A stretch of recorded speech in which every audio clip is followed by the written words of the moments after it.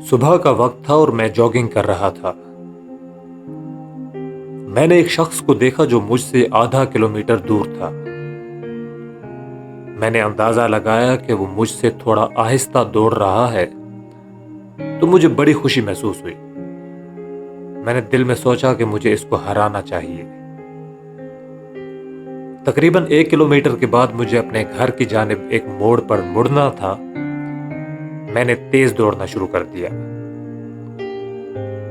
کچھ ہی منٹوں میں دھیرے دھیرے اس کے قریب ہوتا چلا گیا۔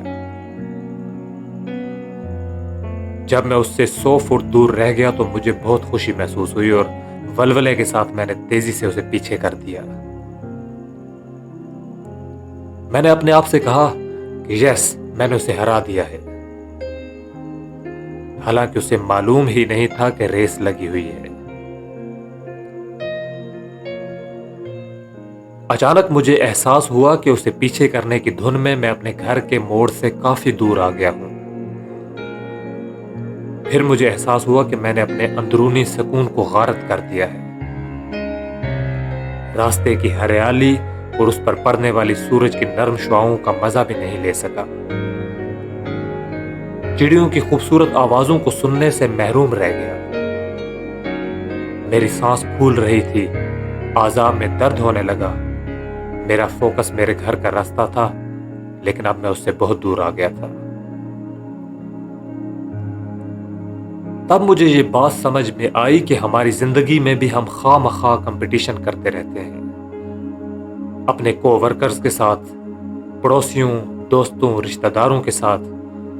ہم انہیں یہ بتانا چاہتے ہیں کہ ہم ان سے بہت بھاری ہیں، زیادہ کامیاب ہیں یا زیادہ اہم ہیں، اور اسی چکر میں ہم اپنا سکون، اپنے اطراف کی خوبصورتی اور خوشیوں سے لطف اندوز نہیں ہو سکتے۔ اس کمپٹیشن کا سب سے بڑا پرابلم یہ ہے کہ یہ کبھی نہ ختم ہونے والا چکر ہے۔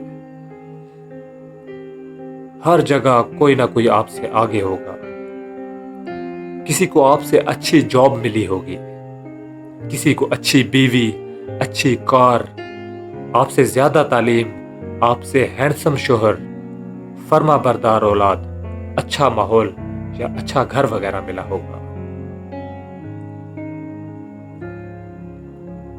دوستو، یہ ایک حقیقت ہے کہ آپ خود اپنے آپ میں بہت زبردست ہیں، لیکن اس کا احساس تب تک نہیں ہوتا جب تک کہ آپ اپنے آپ کو دوسروں سے کمپیئر کرنا نہ چھوڑ دیں۔